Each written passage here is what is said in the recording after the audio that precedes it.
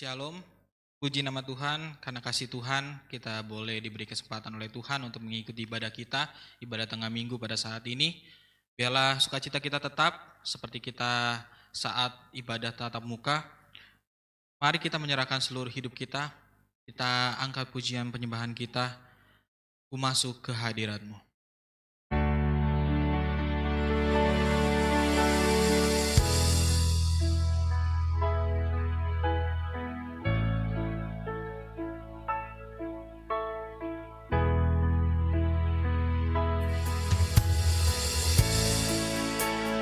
Masuk ke hadirat-Mu, di tempat kudus-Mu Tuhan. Tiada kata-kata selain puji dan saat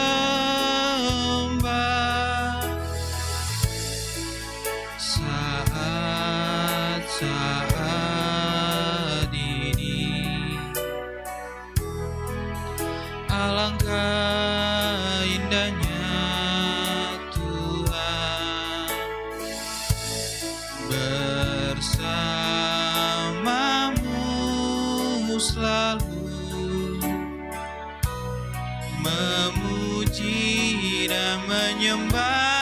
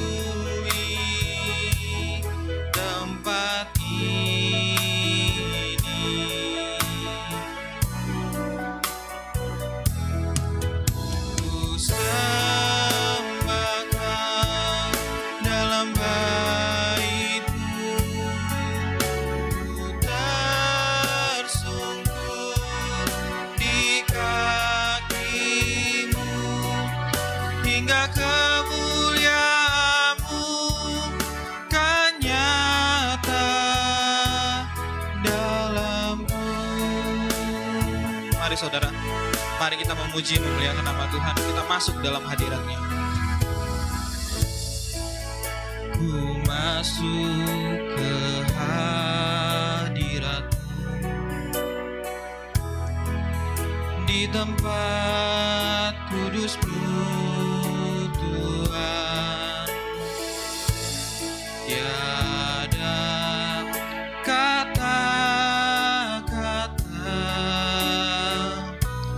selain puji dan sembah,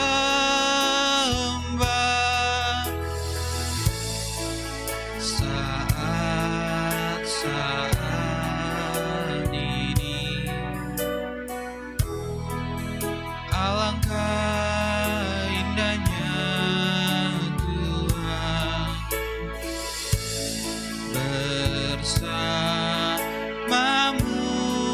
selalu, memuji dan menyembah-Mu. Engkau Tuhan pujianku, Engkau Tuhan kemuliaan-Mu, kekudusan-Mu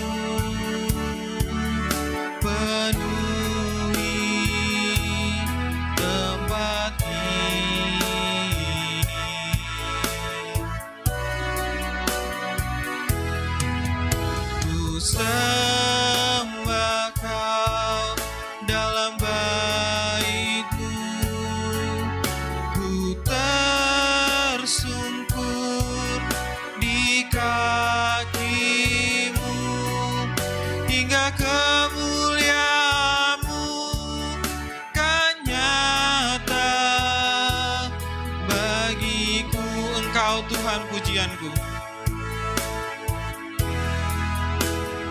Engkau Tuhan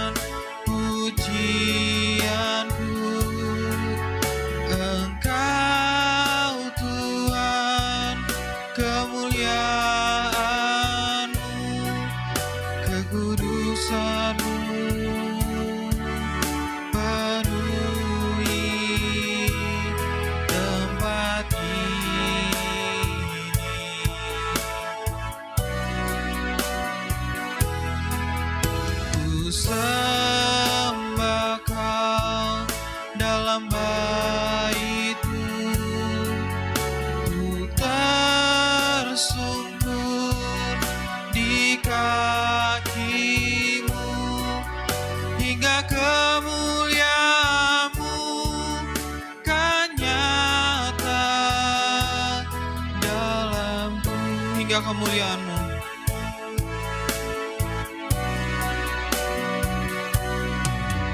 Hingga kemuliaan-Mu kan nyata Bapa.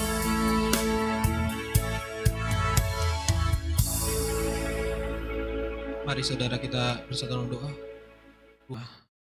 Tuhan Allah Bapa kami yang bertahta di dalam kerajaan surga, yang kami sembah di dalam nama Tuhan Yesus Kristus. Terima kasih Yesus, Engkau telah memberkati kami, Engkau telah memberikan kepada kami kesempatan hingga pada saat ini ya Tuhan, kami boleh mengikuti ibadah tengah minggu kami pada saat ini. Dimanapun kami berada ya Tuhan, biarlah ya Tuhan, berkat-Mu boleh tersampaikan kepada kami. Berkati hamba-Mu yang boleh melayani pada saat ini, hamba-Mu yang memimpin pujian, hamba-Mu yang memainkan musik, terlebih lagi hamba-Mu yang akan menyampaikan firman Tuhan. Biarlah semuanya ya Tuhan, boleh pimpinan Roh Kudus memimpin untuk hamba-hamba kami ya Tuhan. Sehingga di dalam ibadah ini ya Tuhan, boleh terpancar kemuliaan-Mu.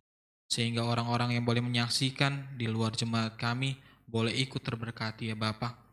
Berkatilah ya Tuhan ibadah kami ini, pimpinlah ibadah kami dari awal, pertengahan hingga pada akhirnya. Pimpinan Roh Kudus-Mu yang boleh memimpin di dalam ibadah kami ya Tuhan. Terima kasih ya Tuhan. Kami siap untuk memulai ibadah kami hanya di dalam nama Tuhan Yesus Kristus. Haleluya. Amin. Shalom. Ada sukacita. Bila Tuhan boleh memberikan kepada kita semua damai sejahtera dan sukacitanya. Kita akan masuk di dalam hadirat-Nya. Kita angkat pujian penyembahan kita oleh kuasa darah-Mu.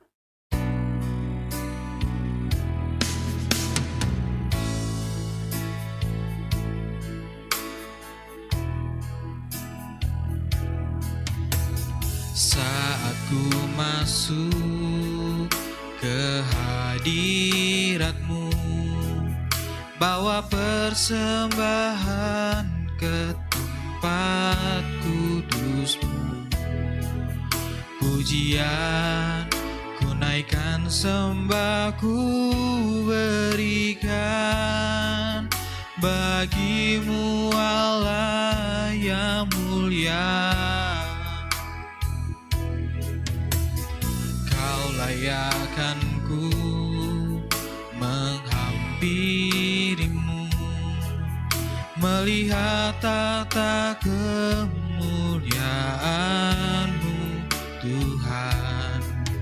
Pujian ku naikkan, sembah ku berikan bagi-Mu Allah yang mulia. Oleh kuasa darah-Mu, oleh kuasa darah-Mu, Kau telah tebus dosaku. Kekudusan-Mu melingkupiku, kasih-Mu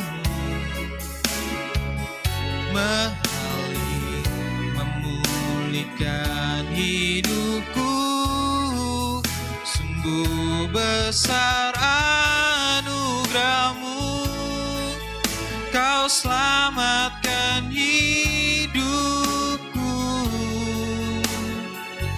Ku menjadi ciptaan yang baru oleh kuasa darah-Mu. Mari saudara, kita masuk dalam hadirat Tuhan. Saat ku masuk ke hadirat-Mu, bawa persembahan ke tempat kudus-Mu. Pujian ku naikkan, sembah ku berikan bagi-Mu Allah yang mulia.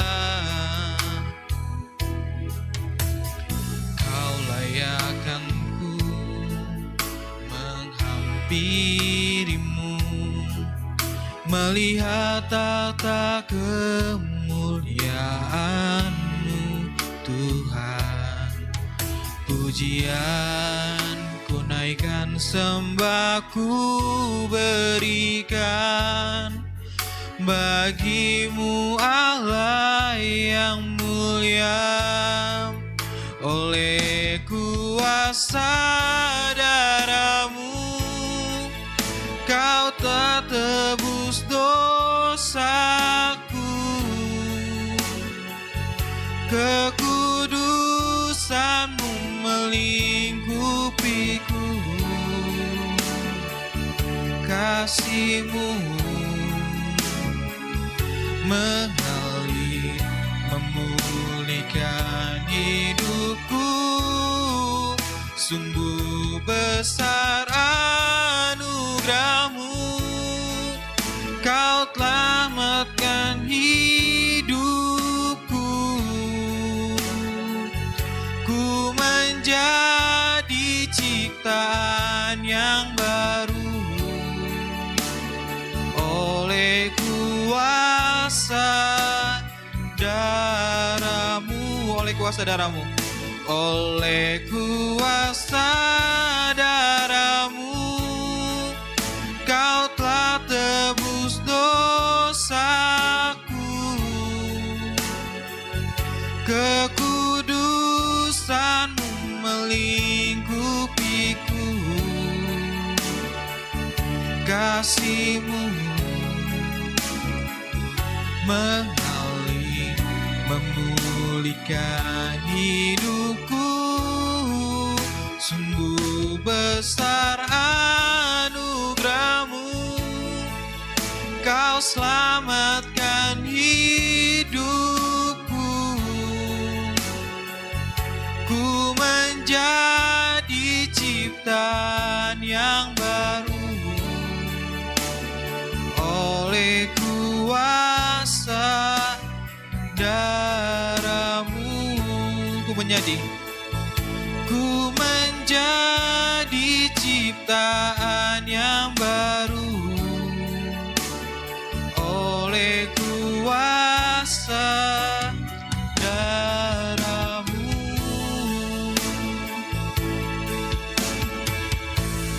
Seperti pujian penyembahan kita masuk ke dalam hadirat Tuhan. Kita membawa persembahan kudus kita. Persembahan kudus kita yaitu adalah tubuh, jiwa, dan roh kita. Kita serahkan semuanya kepada Tuhan menjadi ibadah kita yang sejati. Kita sambung lagu pujian untuk penyembahan kita yaitu Ya Tuhanku, aku hendak bernyanyi bagimu.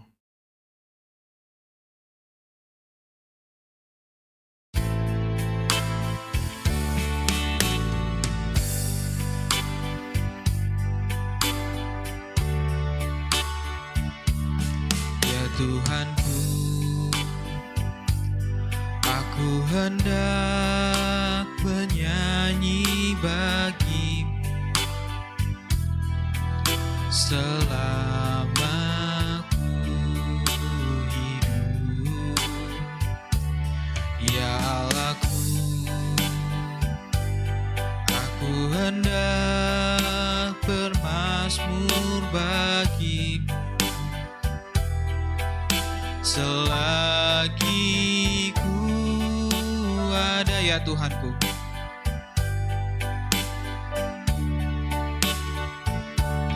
ya Tuhanku, aku hendak bernyanyi bagimu selama ku hidup. Ya Allahku, aku hendak bermazmur bagimu selagi ku ada. Inilah yang ku renungkan setiap hari, nyanyian pujian dan pengagungan kepadamu.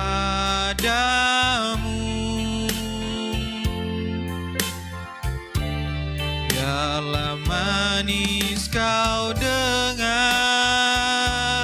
Tuhan, manis kau dengar Tuhan, dan hatiku bersuka karenamu. Ya Tuhanku, aku hendak bernyanyi bagimu. Ya Tuhanku, aku hendak bernyanyi bagimu selama ku hidup. Ya Allahku, aku hendak bermazmur bagimu selagi ku ada. Inilah yang ku renungkan setiap hari, nyanyian pujian dan pengagungan kepadamu. Biarlah manis kau dengar Tuhan, manis kau dengar Tuhan, dan hatiku bersuka karenamu. Inilah yang ku renungkan, inilah yang ku renungkan setiap hari, nyanyian pujian dan pengagungan kepadamu.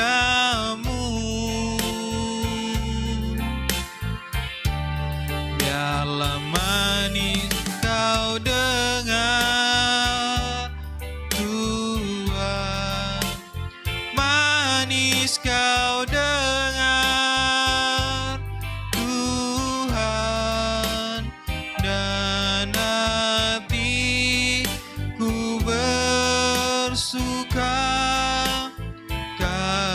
karenamu, dan hatiku bersuka karenamu.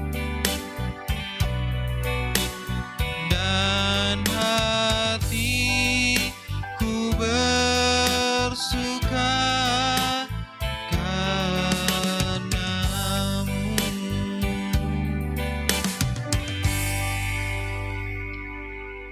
Sebentar lagi saudara, kita akan masuk di dalam bagian yang terbaik dalam ibadah kita pada saat ini, yaitu duduk diam untuk mendengarkan firman Tuhan yang akan disampaikan oleh hambanya. Biarlah setiap firman yang boleh disampaikan oleh hambanya itu boleh tertanam di dalam hati kita, sehingga berbuah-buah di dalam kehidupan kita, sehingga kita boleh menjadi saksi yang hidup, jadi kitab yang terbuka di lingkungan kita, di sekitar kita, baik itu di sekolah, baik itu di kantor, baik itu di kuliah, dan dimanapun kita berada, kita boleh menjadi saksi Tuhan. Kita angkat pujian penyembahan kita. Tuhan, ku mau menyenangkan-Mu.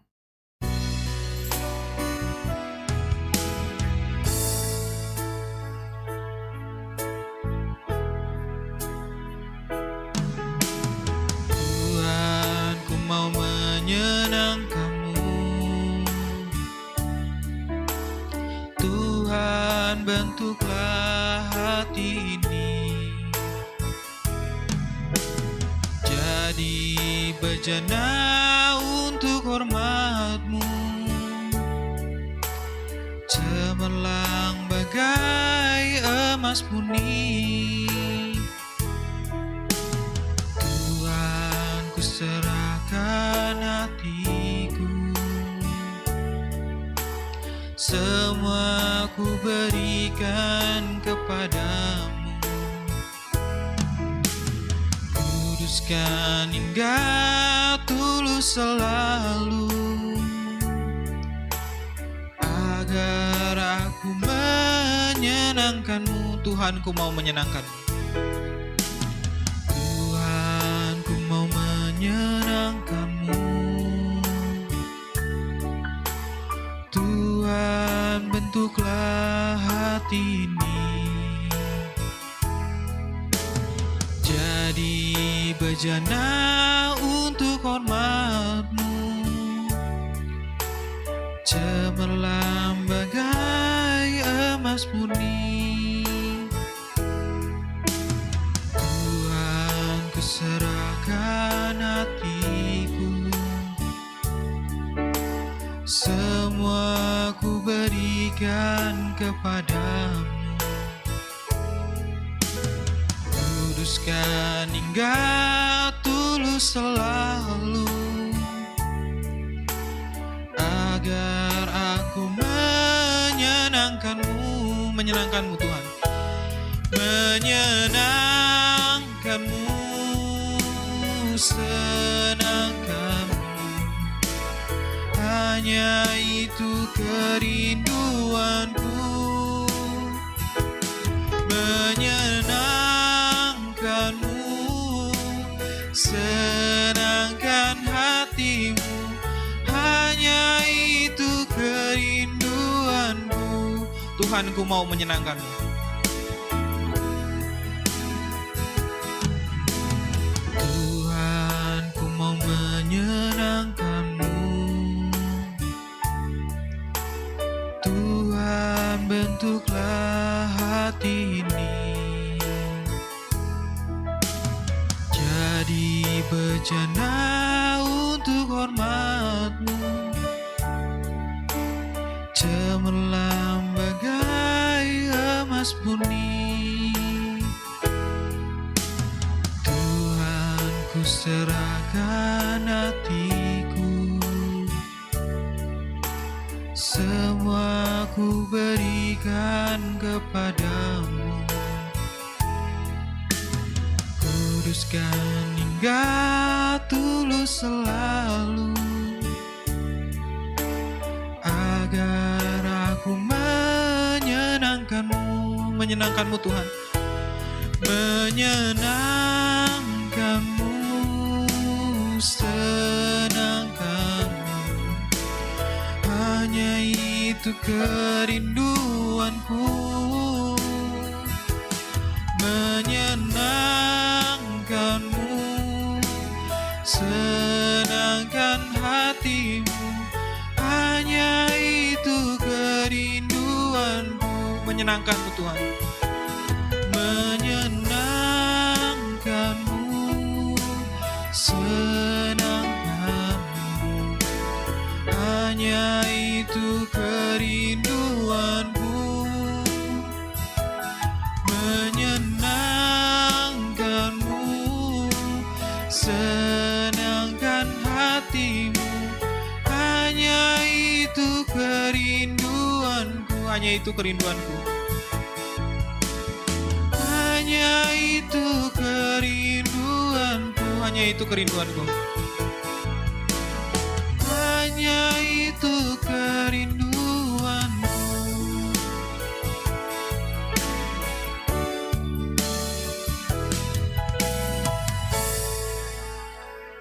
Kita akan mendengarkan firman Tuhan. Mari kita bersatu dalam doa.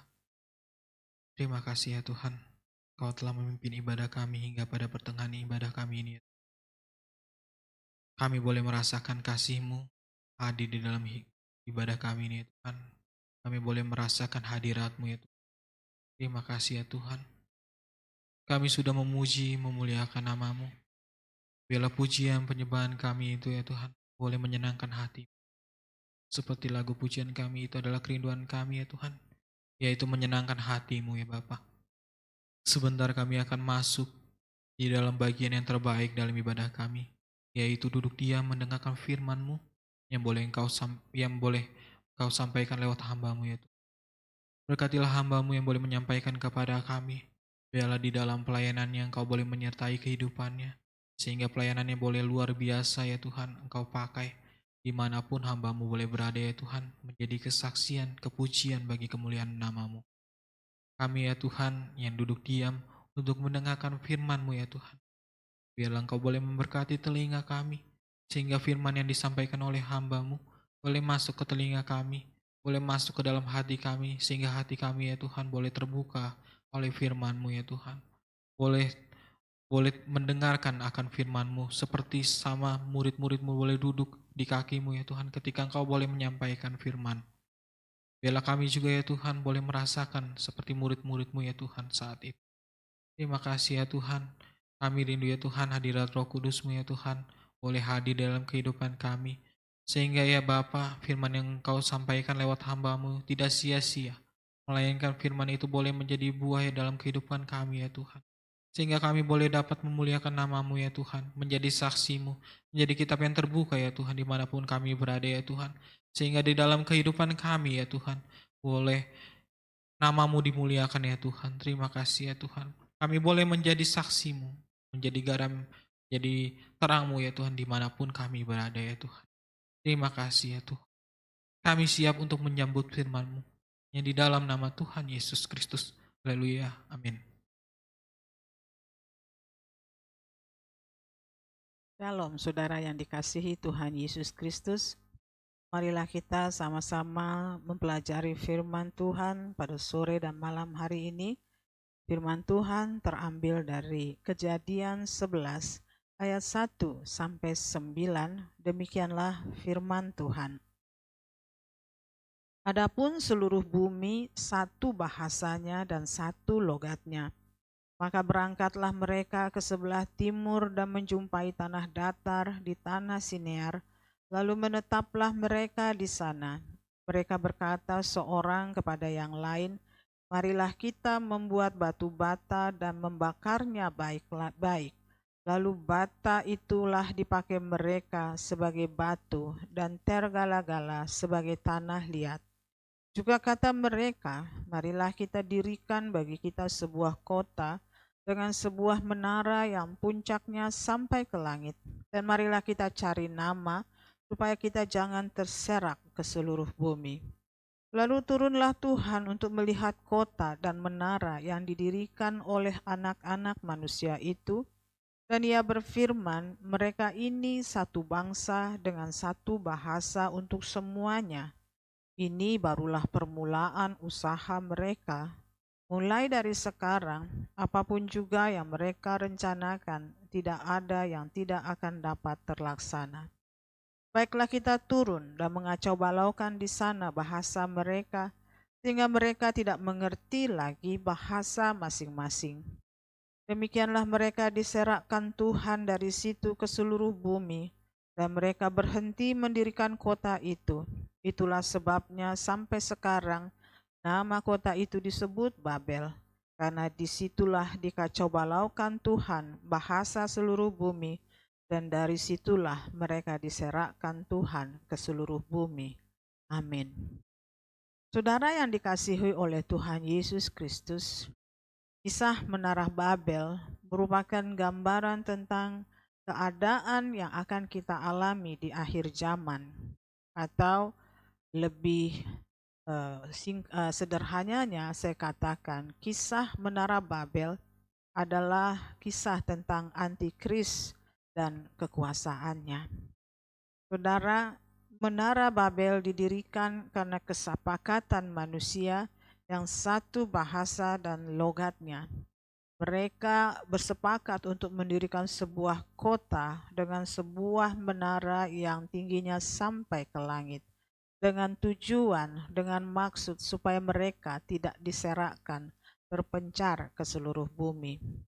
Saudara, ini tentu saja bertentangan dengan apa yang diperintahkan Tuhan kepada manusia Adam dan Hawa, dan juga yang diperintahkan Tuhan kepada Nuh dan keluarganya, yang mengatakan beranak cuculah, kuasailah bumi, dan terseraklah engkau.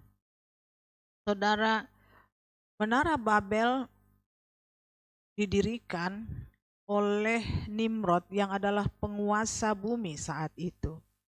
Di dalam Kejadian 10 ayat 8 sampai 12 dikatakan, Kus memperanakan Nimrod, dialah yang mula-mula sekali orang yang berkuasa di bumi. Ia seorang pemburu yang gagah perkasa di hadapan Tuhan. Sebab itu dikatakan orang seperti Nimrod, seorang pemburu yang gagah perkasa di hadapan Tuhan. Mula-mula kerajaannya terdiri dari Babel, Erech, dan Akkad, semuanya di tanah Sinear. Dari negeri itu ia pergi ke Asyur, lalu mendirikan Niniwe, Rehoboth Ir, Kalah, dan Resen di antara Niniwe dan Kalah. Itulah kota besar itu. Arti dari Nimrod adalah yang selalu membantah. Membantah tentu saja di sini membantah apa yang diperintahkan Tuhan.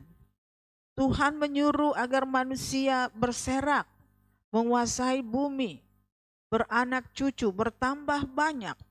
Tetapi Nimrod menghendaki sebuah kekuasaan yang bisa ia kuasai karena satu logat dan bahasanya. Nimrod dikatakan adalah disebut sebagai orang yang menjadi pemburu yang gagah perkasa di hadapan Allah. Tentu ini merupakan gambaran dari orang yang memiliki kekuatan yang luar biasa besar yang ia andalkan. Sehingga ia tidak merasa perlu tunduk kepada Tuhan. Dia adalah pemburu di hadapan Tuhan, menunjukkan bahwa yang ia buru bukanlah binatang, tetapi orang yang tidak mau tunduk kepadanya, yaitu orang-orang yang percaya kepada Tuhan dan mau tunduk kepada setiap perintah Tuhan. Jadi saudara, Nimrod adalah gambaran dari antikristus yang akan muncul di akhir zaman menjelang kedatangan Tuhan Yesus Kristus. Di dalam Matius 10 ayat 21 sampai 23 di sana dikatakan, orang akan menyerahkan saudaranya untuk dibunuh, demikian juga seorang ayah akan anaknya. Dan anak-anak akan memberontak terhadap orang tuanya dan akan membunuh mereka. Dan kamu akan dibenci semua orang oleh karena namaku, tetapi orang yang bertahan sampai pada kesudahannya akan selamat. Apabila mereka menganiaya kamu dalam kota yang satu, larilah ke kota yang lain. Karena aku berkata kepadamu, sesungguhnya sebelum kamu selesai mengunjungi kota-kota Israel, Anak Manusia sudah datang. Kita akan seperti orang yang diburu-buru, hendak dibunuh. Itu sebabnya Tuhan katakan kepada murid-muridnya, larilah. Jika engkau diburu di kota yang ini, lari ke kota yang itu. Terus pindah-pindah kota, jangan berhenti dari buruan Nimrod. Sebab Tuhan berkata, jika kamu percaya kepada Tuhan, banyak orang sesama satu rumah pun akan saling membenci dan saling membunuh. Tetapi kalau kita dibenci karena nama Tuhan, percayalah bahwa keselamatan itu ada pada kita.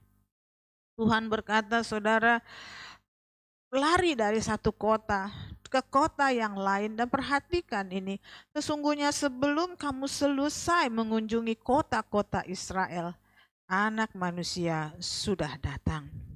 Tuhan Yesus berkata dia tidak mengizinkan waktu dari kekejaman antikris mengejar-ngejar orang percaya, memburu orang-orang percaya itu adalah waktu yang tidak ada batasnya. Tidak akan dibatasi, sangat terbatas, sangat singkat waktunya. Jika kita terus menghindar dari serangan, dari kejaran antikris dan antek-anteknya, percayalah sebelum kita menyadarinya Tuhan sudah datang. Tapi Tuhan menginginkan agar kita bertahan sampai kepada kesudahannya, dan Tuhan akan meluputkan kita dan menyelamatkan kita.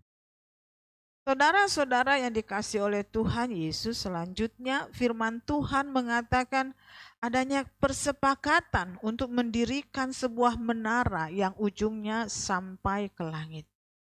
Saudara, Orang banyak yang mengajar ketika di sekolah minggu, saudara, dikatakan mereka mendirikan menara Babel supaya kalau nanti ada banjir dan bah lagi, mereka tidak perlu takut karena mereka sudah naik dan mereka akan selamat, saudara. Sungguh Tuhan, saudara yang dikasihi Tuhan, sungguh itu merupakan satu penghinaan sesungguhnya, karena Tuhan sudah berjanji ya bahwa Ia tidak akan mencurahkan, tidak akan menumpahkan amarahnya dengan air bah seperti di zaman Nuh. Saudara yang dikasihi oleh Tuhan, orang-orang itu tidak peduli dengan janji Tuhan.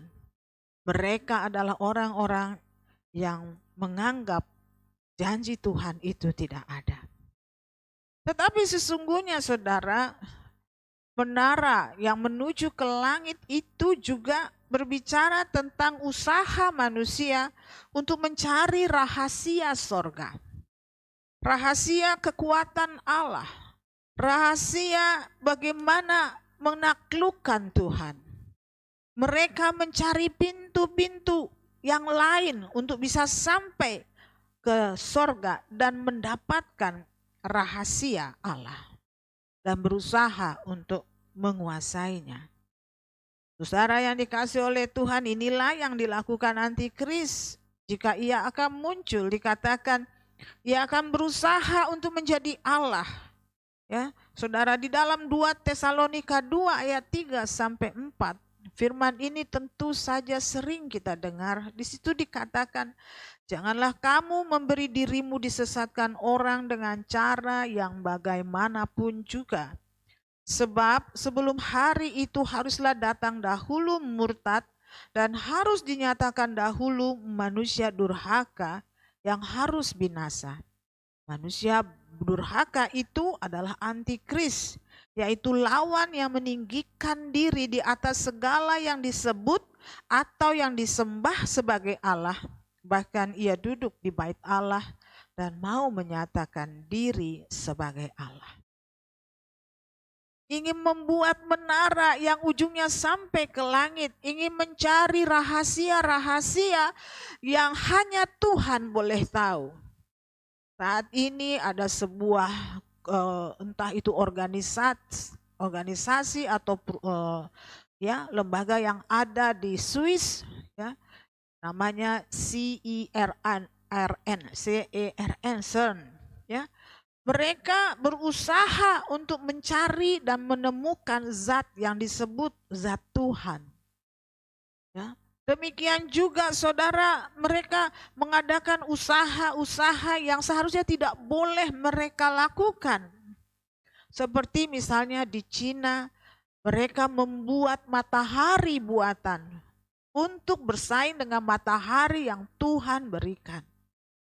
Mereka manusia membuat yang namanya teknologi cloning sehingga bisa menciptakan manusia baru tanpa harus mengadakan perkawinan antara laki dan perempuan. Bahkan dengan kemampuan teknologi yang sekarang sudah semakin canggih, saudara, mereka bisa melakukan rekayasa genetik yang sudah puluhan tahun dilakukan pada hewan ternak seperti sapi dan domba, yaitu di mana mereka mempertumbuhkan sel telur dan juga sperma dari hewan dan disatukan hingga membentuk sel zigot dan akhirnya menjadi morula, dan dari satu morula mereka bisa membuat ratusan bahkan mungkin ribuan sapi dalam bentuk yang sama. Dan ini yang hendak mereka lakukan, saudara, saat ini. Membuat manusia dari satu sel. Belum lagi kita mendengar teknologi yang membuat cloning terhadap daging. Sehingga daging, yaitu sapi, domba, ikan, telur, ayam, ya, bahkan sayuran direncanakan kelak. Itu semua berasal dari cloningan hasil laboratorium. Saudara, firman Allah menunjukkan bahwa manusia itu satu bahasa dan satu logatnya. Ini juga menunjukkan persepakatan global, saudara. Persepakatan dunia untuk menjadi pembantah Allah dan berusaha untuk mengalahkan Allah. Kalau saudara membuka sosial media, ya, mencari situs-situs tentang berita-berita tentang bagaimana manusia itu menjadi pembantah Allah, itu jumlahnya sangat luar biasa banyak, dan berita itu adalah berita yang menakutkan namun benar adanya. Benar adanya. Ada persepakatan supaya seluruh manusia tidak tunduk kepada Allah, tetapi tunduk kepada rencana iblis yang memakai anteknya yang disebut antikris. Dalam Wahyu 13 ayat 11 sampai 12 di sana dikatakan, dan aku melihat seekor binatang lain keluar dari dalam bumi dan bertanduk dua sama seperti anak domba, dan ia berbicara seperti seekor naga. Dia tampak seperti anak domba, seperti Kristus, tetapi bicaranya adalah bicara seekor naga. Dan seluruh kuasa binatang yang pertama itu dijalankannya di depan matanya. Ia menyebabkan seluruh bumi dan semua penghuninya menyembah binatang pertama yang luka parahnya telah sembuh. Antikris akan membawa seluruh bumi, semua penghuninya untuk menyembah kepada iblis, saudara. Dan saudara harus memahami itu, bahwa dia sudah sejak mulanya mengadakan kemurtadan, mengadakan siasat sejak mulanya, dan semakin ke depan semakin nyata dan tidak ragu-ragu lagi. Antikristus akan meminta seluruh dunia tunduk kepada persepakatan global. Dan saudara tahu bahwa ini telah berhasil mereka lakukan dalam uji coba mereka yang kita baru saja lewati, yaitu pandemi COVID-19 dan penanganannya. Saudara, setelah COVID-19 berlalu, dunia dikejutkan dengan berbagai kabar fakta tentang COVID-19 ini. Bahwa COVID-19 ini telah direncanakan dan dipersiapkan sejak lama, merupakan virus yang merupakan hasil rekayasa manusia. Dunia juga dikejutkan dengan fakta bahwa vaksinasi, lockdown, dan bahkan pemakaian masker tidak dapat membantu mengatasi COVID-19. Negara-negara miskin yang tidak mendapat vaksinasi kepada seluruh rakyatnya, justru di sana penularan COVID sangat-sangat kecil dan tidak ada artinya. Sementara di negara-negara yang mengadakan lockdown, yang memaksakan vaksin, saudara, di sana kematian karena COVID terjadi sangat besar, termasuk di negara kita. Saudara, bahkan saat ini juga ada kabar bahwa di negara-negara yang telah menerapkan, mewajibkan untuk melakukan vaksinasi COVID-19 booster keempat dengan memakai vaksin jenis mRNA, ya, mereka banyak yang mengalami sakit dan tidak sedikit yang meninggal. Ini adalah rekayasa uji coba yang dilakukan oleh iblis. Dan mereka melihat ini cukup berhasil dan mereka yakin mereka bisa melakukannya untuk di kemudian harinya. Saudara yang dikasihi oleh Tuhan, PBB dan WHO juga telah mengumumkan dunia harus bersiap menghadapi pandemi yang baru di tahun 2024 atau 2025. Sehingga WHO juga telah membuat satu peraturan, ya, untuk kita wajib divaksin kembali dengan konsekuensi yang lebih berat jika kita menolak vaksinasi itu. Sementara sekarang kita tahu bahwa vaksin itu tidak berfungsi dengan baik, tetapi nanti ketika ada pandemi lagi seperti apa yang mereka katakan, yang mereka canangkan, siapa yang tidak memiliki vaksin, tidak mendapat vaksin, mereka tidak bisa kemana-mana. Mereka kehilangan banyak hak mereka ya, saudara yang dikasih oleh Tuhan. Saudara-saudara yang dikasih Tuhan Yesus, tanpa disadari oleh kita sebagai rakyat biasa, ya saudara yang dikasih oleh Tuhan, dunia telah melakukan persepakatan yang disebut persepakatan 21 yang akan dilaksanakan di tahun 2030. Yaitu persepakatan abad 21 yang akan dikerjakan di tahun 2030 dengan program PBB yang disebut sebagai Sustainable Development. Dan seluruh negara telah menandatangani, menyetujui program Sustainable Development. Sustainable development itu mencakup 17 bidang. Di sana ada sistem keuangan dunia, di mana sudah dicanangkan, sudah dikatakan, ya, diberitakan bahwa dunia tidak lagi memakai uang cash. Dunia harus menerapkan sistem digital, bukan uang kripto, saudara. Ya, uang digital yang mereka ciptakan sendiri. Dunia juga harus tunduk kepada sistem pendidikan, ya, dari tingkat TK sampai kuliah. Yang isinya adalah bukan untuk menekankan, untuk membentuk seorang yang cakap, tetapi menjadi seorang yang justru tidak cakap. Kita akan terlibat di dalam masalah pemanasan global. Pemanasan global di mana sebagai kesepakatan itu kita tidak boleh memakai lagi yang namanya energi karbon seperti minyak dan seperti batu bara, karena dianggap sebagai penyumbang terbesar, ya, pemanasan global. Padahal itu belum dibuktikan. Kota-kota yang smart city, semua memberikan kenyamanan bagi penduduknya, tetapi justru sesungguhnya tanpa disadari smart city itu akan menjadi tempat pengawasan keseluruhan kepada seluruh masyarakat yang tinggal di dalamnya. Dan juga tentang perdamaian dunia, di mana di dalamnya mencakup soal kesatuan agama. Orang berkata nanti di zaman antikris akan ada agama yang baru, ada satu agama yang akan dianut oleh seluruh manusia. Saya memikirkan hal itu mustahil, saudara. Soal bagaimana mungkin seorang Kristen, seorang Muslim, seorang Buddha bisa dengan tunduk saya mempercayai agama yang baru.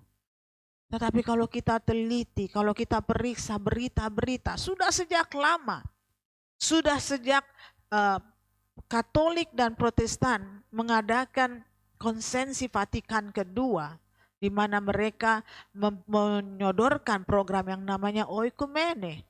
Dan hal itu berlanjut dengan berkumpulnya berbagai-bagai pemimpin agama di dunia bersatu untuk berbicara tentang perdamaian dunia. Dan sampai 2030, saudara, dunia akan bersepakat untuk mencapai perdamaian dunia yang tidak mungkin kita bisa ikuti.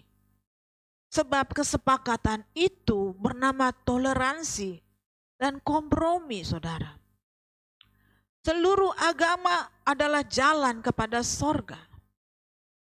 Seluruh agama seperti orang mendirikan menara menuju langit, itu adalah tentang agama. Agama tidak bisa menyelamatkan kita.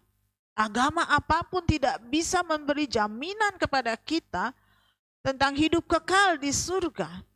Hanya Yesus, saudara, hanya Yesus. Oleh sebab itu kita yang percaya kepada nama Yesus akan menjadi hambatan bagi mereka. Akan menjadi orang-orang yang membawa kekacauan. Orang-orang yang berusaha sebagai pemberontak. Dan dunia setuju akan itu.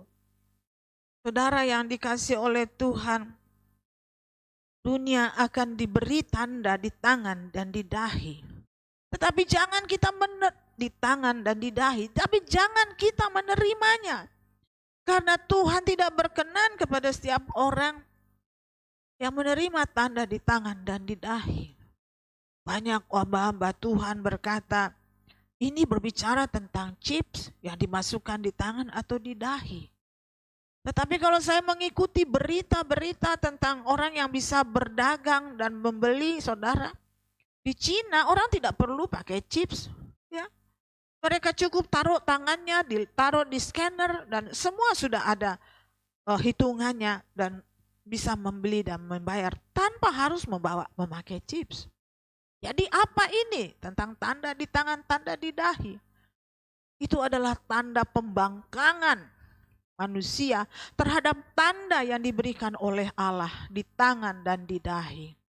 Yang pertama itu berbicara tentang bahwa kita sudah ditebus dengan darah yang mahal, dibawa keluar dari kegelapan kepada terang Tuhan yang ajaib. Hendaklah ketika engkau mengingatnya, yaitu di hari Paskah, engkau harus mengingat bahwa engkau telah dibawa keluar dari perbudakan Mesir. Engkau sudah dibawa keluar dari perbudakan dosa. Kenakan itu sebagai tanda di tangan dan di dahi.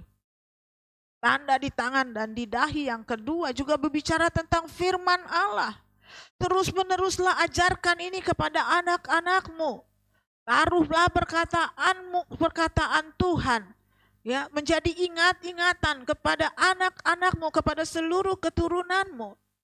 Dan taruhlah itu sebagai tanda di tangan dan tanda di dahi. Sampai saat ini orang Israel masih memiliki tanda itu. Setiap kali seorang anak sudah mencapai umur untuk dianggap layak boleh membaca firman Allah, bila membaca Taurat. Ya. Dan saudara yang dikasih oleh Tuhan, ketika antikris mengatakan dia ingin mengadakan tanda di tangan, tanda di dahi, tentu yang pertama-tama saudara harus lakukan adalah tetap memegang tanda yang Tuhan sudah berikan. Tanda di tangan, tanda di dahi, jangan lepas, jangan ganti dengan segala tanda apapun demi supaya saudara bisa makan, demi supaya saudara bisa tenang, menjadi nyaman. Jangan. Kalau ada kota-kota yang disebut sebagai tempat di mana anak-anak Tuhan tidak boleh ada di sana, ya. Kota yang saya katakan, saya anggap itu sebagai kota smart city, ya, yang memberi kenyamanan bagi penduduknya. Tapi Tuhan Yesus katakan lari keluar, jangan tinggal di sana. Percayalah ketika engkau lari dan terus engkau menghindar dari kejaran antikris, tahu-tahu Tuhan sudah datang. Tuhan berkata, usaha manusia mendirikan menara Babel itu baru permulaan. Selanjutnya mereka akan terus berusaha hingga mereka beroleh pengetahuan yang sangat maju dan tidak ada satupun yang tidak bisa mereka jalankan atau kerjakan. Saudara yang dikasih oleh Tuhan, lihat apa yang sedang dilakukan oleh manusia saat ini. Adanya gerakan yang disebut LGBTQ sebagai sebuah kebanggaan, pride, ya, yang mereka rayakan setiap bulan Juni, Pride Month. Itu adalah penghinaan bagi Tuhan. Karena manusia tidak boleh bangga kepada dirinya, tapi dia harus bangga untuk Tuhan saja. Kebanggaan itu milik Tuhan. Mereka berusaha menghilangkan jati diri yang Tuhan sudah berikan dengan membuat jenis-jenis kelamin baru. Bahkan konon di Inggris saja ada 150 gender yang aneh-aneh, yang orang menciptakannya pun tidak ingat ini jenis apa dan tidak bisa memberitakannya. Kita melihat banyak sekali, terutama di negara-negara maju, adanya larangan untuk memiliki peternakan. Ada tiba-tiba peternakan ayam yang meledak, mati semua ayamnya. Ada tiba-tiba peternakan sapi yang dilarang dan lain sebagainya. Belum lagi tentang teknologi internet yang semakin canggih sehingga dapat memantau seluruh pergerakan semua manusia di bumi. Penciptaan robot yang sangat mirip dengan manusia. Mereka sudah berhasil untuk itu. Dan mereka tinggal menuju tahun 2030 untuk menyatakan tentang antikris. Berlakunya satu pemerintahan dunia, satu keuangan dunia, satu pendidikan dunia, satu agama dunia. Saudara, kini telah muncul banyak pengajar dan pendeta palsu yang terkenal, ya. Kini mengajarkan bahwa semua agama itu adalah jalan keselamatan. Semua agama menyembah Tuhan yang sama, yang menciptakan alam semesta, yaitu benar. Tetapi keselamatan hanya ada dalam Tuhan Yesus Kristus.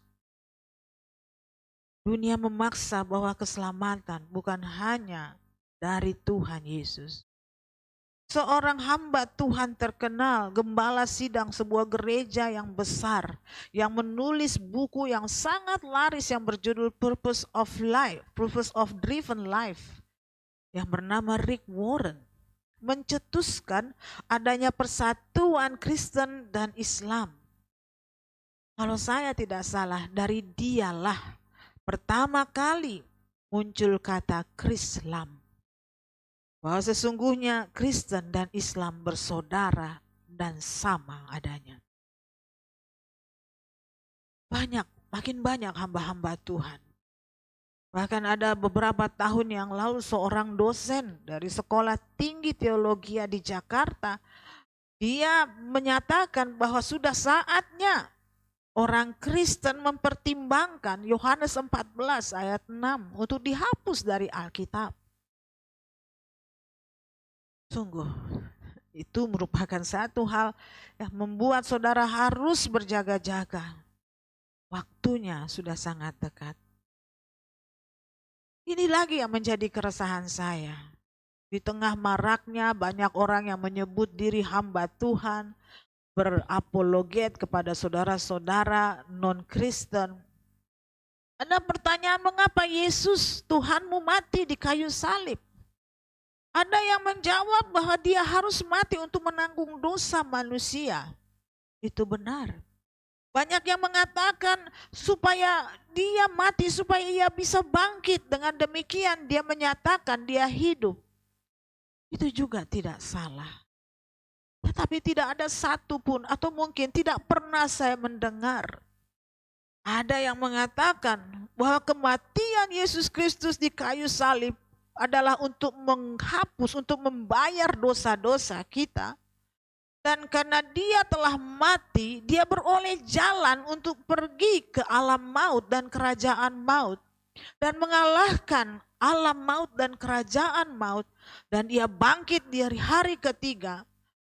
Menjadi pemenang, menjadi bukti bahwa ia hidup selama-lamanya. Ya. Dan di Alkitab katakan dia bangkit membawa kunci segala maut dan kunci kerajaan maut.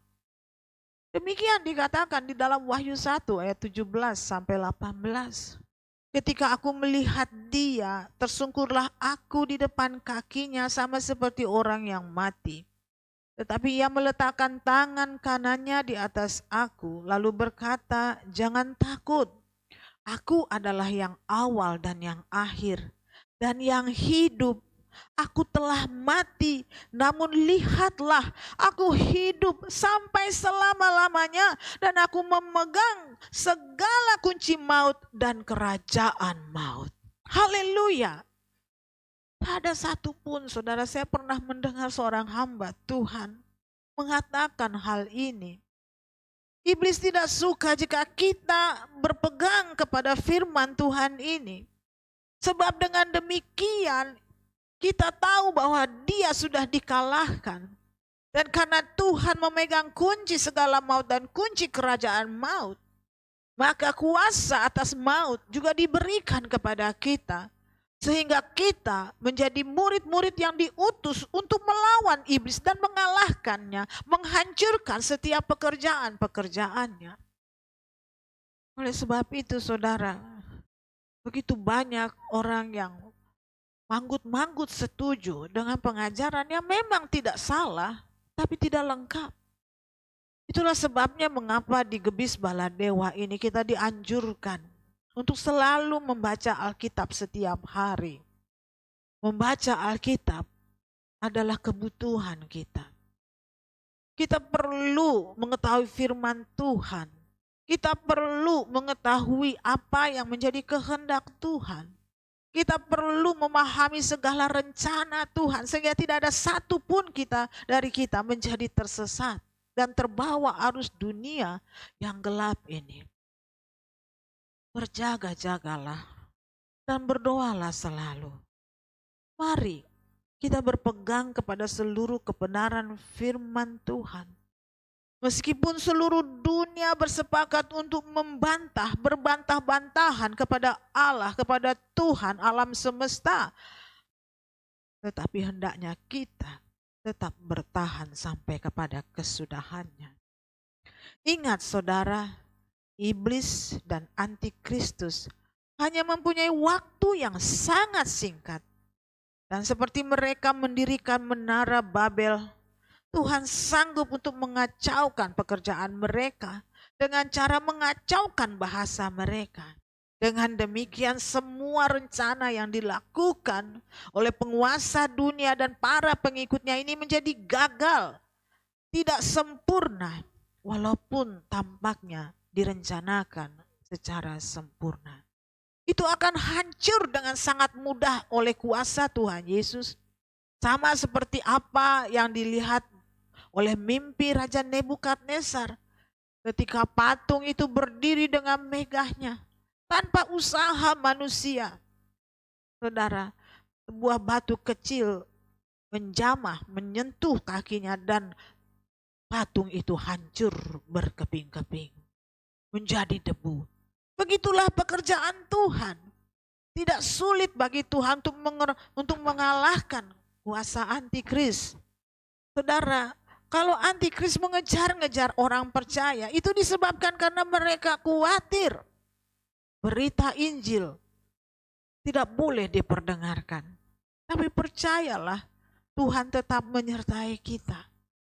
Waktu kapan Tuhan Yesus datang, kita tidak tahu. Apakah tahun 2030 adalah tahun antikris yang terakhir, kita juga tidak tahu.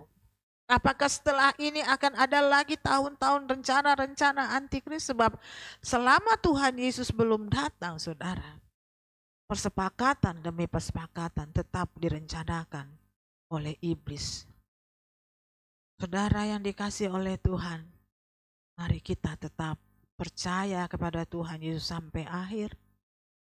Kita renungkan firman Tuhan dan kita hidup sungguh-sungguh berpadanan dengan panggilan Tuhan. Kita tidak mau ikut arus dunia, kita tidak mau ikut persepakatan dunia, kita tidak mau menjadi pembantah Allah, tapi kita mau tunduk kepada Tuhan Allah di dalam nama Tuhan Yesus. Peganglah selalu dalam hati saudara, dalam hidup saudara, iman, dalam imanmu, hanya Yesus. Hanya Yesus, hanya Yesus, satu-satunya jalan kepada Bapa di surga. Tak ada nama lain yang karenanya kita bisa beroleh selamat. Hanya Yesus, hanya Yesus, hanya Yesus. Sebab Dia adalah Tuhan Allah yang maha besar. Dia adalah firman yang tinggal di dalam kita. Dia adalah Roh Kudus yang menyertai dan menuntun langkah kita. Kiranya kita semua menerima berkat dari firman Tuhan pada hari ini. Shalom. Mari saudara, kita masuk di dalam doa penutup dan doa syafaat.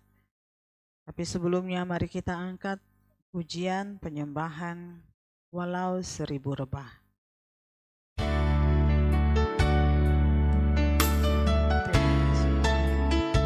Haleluya.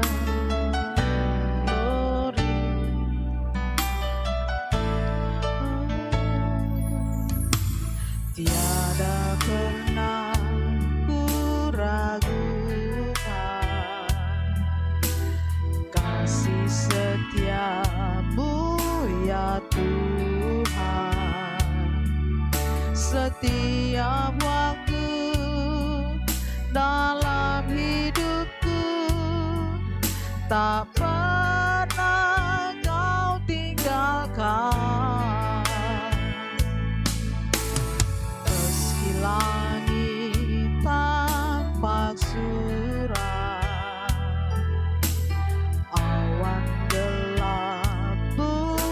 menghadap, hadapi badai, lewati gelombang, tak pernah kau tinggalkan diriku.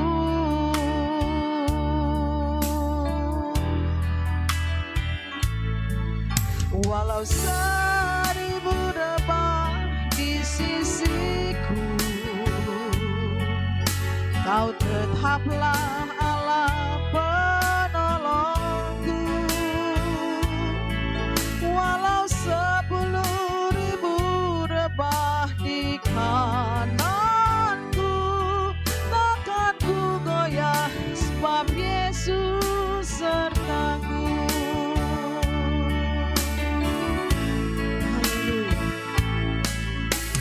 Tiada pernah ku ragukan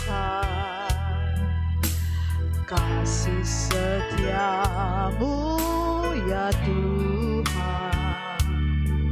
Setiap waktu dalam hidupku, tak pernah kau tinggalkan. Meski langit tampak suram, awan gelap pun menghadap, hadapi badai, lewati gelombang, tak pernah kau tinggalkan diriku.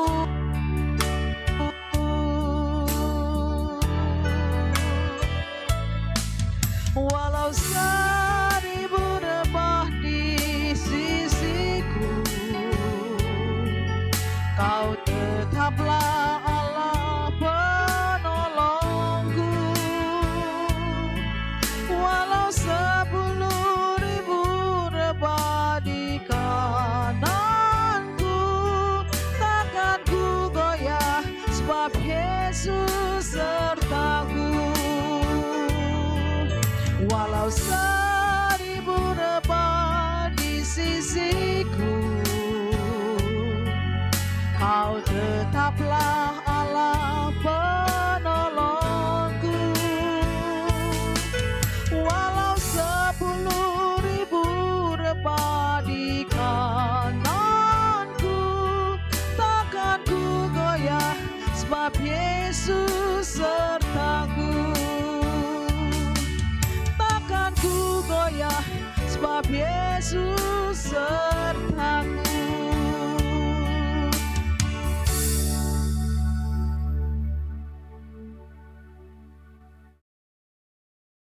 Bapa di dalam surga, kami datang kembali kepadamu Tuhan, Allah yang kami sembah di dalam nama Tuhan Yesus Kristus. Terima kasih ya Tuhan untuk ibadah yang boleh kami lakukan pada hari ini. Kami berterima kasih karena kami ya Tuhan mengalami Tuhan di dalam ibadah kami. Bapa, ampuni kami jika di dalam ibadah kami masih ada ya Tuhan yang kurang dan tidak pantas kami kerjakan. Tapi kiranya Engkau berkenan menyempurnakan ibadah kami menjadi ya Tuhan persembahan yang menyenangkan hati-Mu. Anak-anak-Mu yang sudah bersama-sama hamba-Mu dan bersama kami ya Tuhan melakukan ibadah baik saat ini ataupun di hari-hari yang akan datang, baik yang menjadi jemaat Gebis Baladewa ataupun saudara-saudara kami yang bukan menjadi jemaat Gebis Baladewa, kiranya Tuhan berkenan memberkati kami semua. Tuhan menolong di dalam kehidupan keseharian kami, supaya Tuhan berkenan berdaulat atas hidup kami, menuntun kami, membimbing kami, mengajari kami, sehingga kami ya Tuhan menjadi umat yang mengerti apa yang menjadi kehendak-Mu, yang mengerti apa yang menjadi rencana dan rancangan-Mu, yang mengerti ya Tuhan apa yang menjadi keputusan-Mu. Dan biarlah itu semua terjadi dalam kehidupan kami, di dalam rumah tangga kami, di dalam gereja di mana kami beribadah. Jadilah itu ya Tuhan bagi kami semua seperti seluruh kehendak-Mu pasti jadi di bumi ini dan di dalam kerajaan surga. Mereka ya Tuhan yang saat ini mengalami sakit, Tuhan berkenan sembuhkan. Mereka yang saat ini mengalami ya Tuhan pergumulan, Tuhan berkenan memberi kelegaan. Tuhan juga yang menolong kepada saudara-saudara kami yang ada di persimpangan jalan. Selamatkan mereka supaya mereka tetap ada di dalam jalan-Mu. Tuhan sertai kami di dalam pekerjaan kami sehari-hari, di dalam mencari nafkah rezeki untuk kebutuhan hidup kami. Seperti firman-Mu dan doa yang Kau ajarkan, berikanlah kepada kami semua makanan kami sehari-hari. Bukan yang lebih, bukan yang kurang, namun secukupnya. Biarlah kami boleh selalu bersyukur di dalam segala keadaan karena kami percaya di masa-masa sukar seperti sekarang ini Engkau tetap ada bersama dengan kami dan memelihara kami sehingga tidak ada satupun dari kami yang mengalami kekurangan. Bahkan hati dan kehidupan kami senantiasa melimpah di dalam syukur dan terima kasih kepada Tuhan. Bapa, berkatilah seluruh jam-jam ibadah di gereja kami. Berkatilah para hamba-hamba-Mu ya Tuhan, terlebih ya Tuhan pimpinan gereja kami, Ibu Gembala kami. Tuhan kuatkan, teguhkan, agar Tuhan juga sertai di dalam setiap pelayanannya. Dan Tuhan berikan kepadanya kekuatan jasmani dan juga rohani. Apa ya Tuhan yang selalu kami bawa di dalam doa kami setiap hari, yaitu kami memohon kesembuhan bagi Ibu Gembala kami atas setiap masalah di jantungnya dan di dalam setiap apapun yang ada di dalam tubuhnya yang saat ini sedang bermasalah. Kami deklarasikan kesembuhan oleh darah Yesus, oleh bilur darah Tuhan Yesus atas Ibu Gembala kami. Dan kami percaya mujizat sedang terjadi dan kami percaya Tuhan meneguhkan ibu kami, Ibu Gembala kami dengan iman yang teguh dan Engkau tidak akan pernah meninggalkan kepadanya. Demikian dengan seluruh hamba-hamba-Mu ya Tuhan. Engkau perlengkapi dengan karunia-karunia Roh Kudus sehingga seluruh pelayanan pekerjaan Tuhan di gereja kami ya Tuhan, semua adalah pekerjaan Roh Allah. Pekerjaan-Mu sendiri ya Tuhan di dalam gereja kami. Kami hanya alat yang tahu melakukan apa yang Kau perintahkan bagi kami untuk kami lakukan.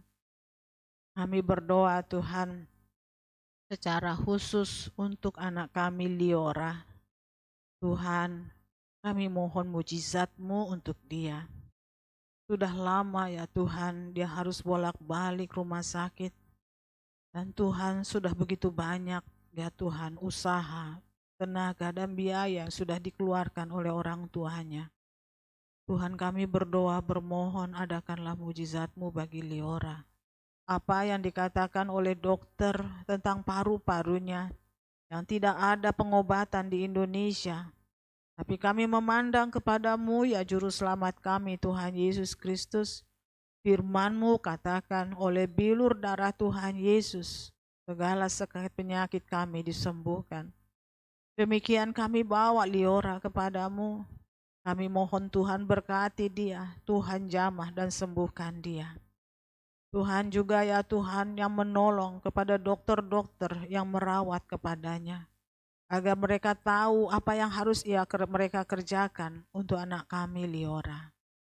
Terima kasih ya Tuhan. Terima kasih Bapa. Kami berdoa ya Tuhan untuk seluruh jam-jam ibadah di rumah ibadah kami, di rumah kami, dan juga di pos doa fajar kami. Tuhan lawatlah dan pimpinlah, agar melalui seluruh pertemuan ibadah kami boleh berakar, bertumbuh bersama, dan menghasilkan buah yang berkenan kepada Tuhan. Kau ya Tuhan yang kiranya memberikan pendengaran-Mu untuk setiap doa yang dinaikkan oleh anak-anak-Mu. Setiap kali kami berkumpul beribadah, setiap kali mereka mendoakan kepadamu di rumah mereka masing-masing, di doa fajar, biarlah Tuhan berkenan mendengar, menerima, dan mengabulkan seturut dengan kehendak-Mu. Kami berdoa memohon perlindungan-Mu untuk anak-anak kami yang masih kecil dan remaja.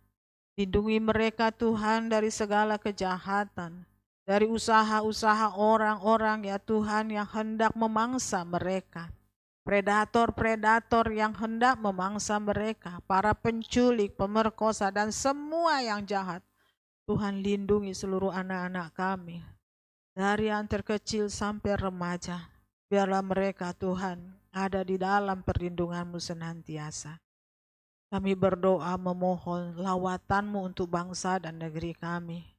Biarlah Injil kebenaran Tuhan boleh diberitakan kepada seluruh bangsa Indonesia.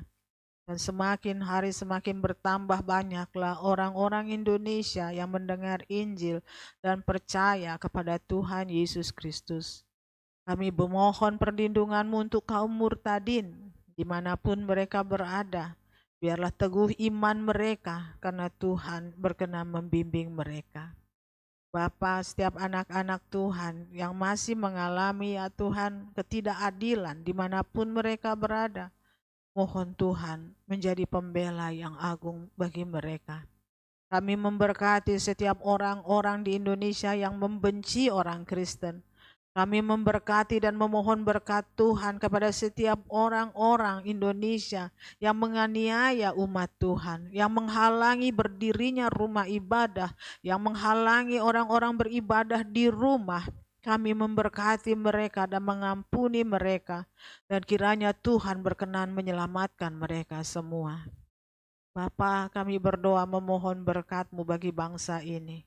Jauhkan Tuhan dari segala bencana alam yang mengintip.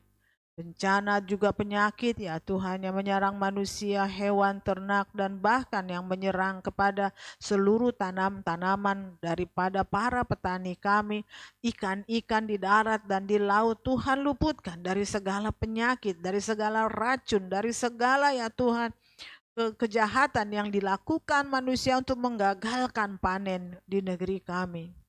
Tuhan luputkan juga ya Tuhan negeri kami dari krisis ekonomi dan inflasi yang tidak terkendali. Tolong Tuhan, sementara harga-harga sudah meroket begitu tinggi dan semakin tidak terjangkau oleh rakyat Indonesia, kami mohon Tuhan beri petunjuk dan kebijaksanaan bagi pemerintah kami, sehingga semua itu dapat segera teratasi dan seluruh rakyat Indonesia memiliki kemampuan daya beli yang cukup ya Tuhan. Tuhan yang melindungi bangsa kami dan lawatlah dengan kedamaian. Di tahun politik yang suasana dan suhunya memanas, kami memohon Tuhan ada. Tuhan campur tangan, Tuhan menyatakan kehendak dan kuasa-Mu terjadi di negeri kami.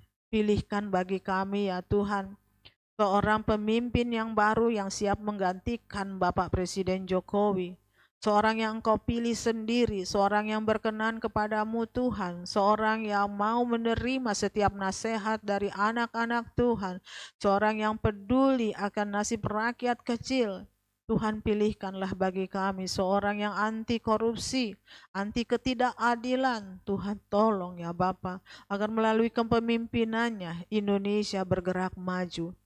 Sementara ya Tuhan dia belum terpilih, kami bawa Tuhan dia kepadamu, siapapun dia pilihanmu, mohon Tuhan lindungi kepadanya, lindungi keluarganya, melindungi ya Tuhan setiap jalannya, sehingga tidak ada yang bisa menghalangi dia. Karena Tuhanlah yang telah menetapkan terpilihnya seorang presiden baru yang cakap, yang menggantikan Bapak Presiden Jokowi dan Ma'ruf Amin. Tuhan juga tolong Bapak berikan kepada kami wakil-wakil rakyat yang takut akan Tuhan, baik di pusat, di DPRD tingkat 2 dan tingkat 1 ya Tuhan. Biarlah semua pilihan-Mu itu akan bekerja Tuhan dengan integritas yang baik, sehingga Bapak mereka boleh mengawasi pembangunan dan juga boleh membentuk undang-undang yang berkeadilan sosial bagi seluruh rakyat Indonesia. Terima kasih ya Tuhan, luputkan juga negeri kami dari bencana dan ancaman perang yang sedang mengintip. Kiranya bangsa ini Bapa tetap terjaga seluruh wilayahnya. Sebab Tuhan telah anugerahkan negeri ini bagi kami, sehingga kami mohon Tuhan, setiap jengkal dari wilayah negara kesatuan Republik Indonesia ini akan tetap menjadi milik dan kedaulatan bangsa kami. Berkati bangsa Israel ya Tuhan yang saat ini sedang menghadapi serangan-serangan musuh dari berbagai arah, baik yang ada di luar negeri mereka atau di dalam negeri mereka. Berkati bangsa ini ya Tuhan dengan perlindungan-Mu. Berkati ya Tuhan bangsa ini ya Bapa, sehingga mereka tetap menjadi berkat bagi banyak bangsa di dunia. Tuhan juga tolong agar penginjilan di sana semakin bergema, semakin bergaung dan didengar oleh seluruh bangsa Israel. Jumlah bilangan orang yang percaya kepada Tuhan Yesus, kiranya Tuhan tambahkan setiap harinya. Terima kasih Bapa, terima kasih Tuhan. Sesungguhnya Bapa, kami ingin terus berbicara kepadamu, karena banyaklah Tuhan yang hendak kami mohonkan kepadamu. Namun kami memandang kepada kebesaran-Mu, kepada kuasa-Mu, Engkau yang maha mengetahui, Engkaulah Allah yang sanggup untuk memberikan jauh lebih banyak daripada apa yang mampu kami mohonkan kepadamu. Dengan bersyukur, berterima kasih kami bermohon, Tuhan kiranya berkenan menerima seluruh doa permohonan kami. Tuhan berkenan menerima seluruh ibadah kami menjadi persembahan yang menyenangkan hati Tuhan. Dan kiranya Tuhan berkenan mencurahkan berkat-Mu atas kami. Sebab hanya oleh berkat yang dari Tuhan, kami akan hidup dan berbahagia. Dan kami percaya jika Tuhan berkenan memberkati kami, maka kami akan tetap terberkati untuk selama-lamanya. Haleluya. Di dalam nama Tuhan Yesus Kristus, kami alaskan seluruh doa permohonan kami. Dan di dalam nama Tuhan Yesus Kristus, kami akhiri ibadah kami dengan menyapa-Mu. Bapa kami yang di surga, dikuduskanlah nama-Mu. Datanglah kerajaan-Mu, jadilah kehendak-Mu di bumi seperti di surga. Berikanlah kami pada hari ini makanan kami yang secukupnya. Dan ampunilah kami akan segala kesalahan kami, seperti kami juga mengampuni orang yang bersalah kepada kami. Dan janganlah membawa kami ke dalam pencobaan, tetapi lepaskanlah kami dari yang jahat. Karena Engkaulah yang empunya kerajaan dan kuasa dan kemuliaan sampai selama-lamanya. Haleluya. Amin. Shalom.